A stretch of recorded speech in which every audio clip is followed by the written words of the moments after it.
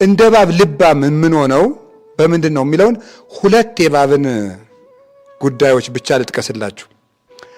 አንድምታው ላይ አባቶቻችን ብዙ አመስጥረውታል። እሱን በጊዜው እንማረዋለን። አሁን ግን እዚህ ርዕሴ ጋር ብቻ የሚገናኘውን ነው።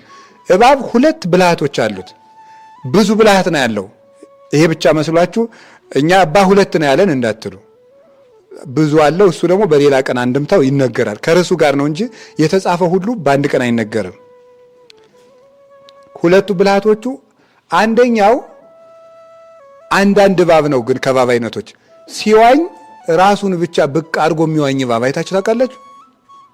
ራሱን ብቻ ብቅ አድርጎ ይዋኛል።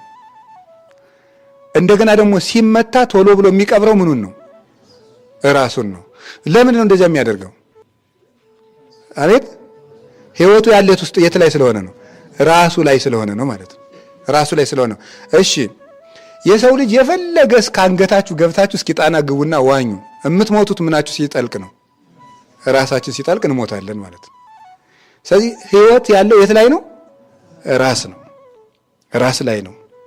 እባብ ምን ያደርጋል? ወገቡን ሲመታ ራሱን ይቀብርና ይደበደባል።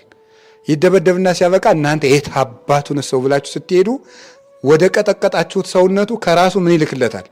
መድኃኒት ይልክለታል። መርዝ ለሱ መድኃኒቱ ነው። እዛ ሸር እያለ ይሄዳል ማለት ነው።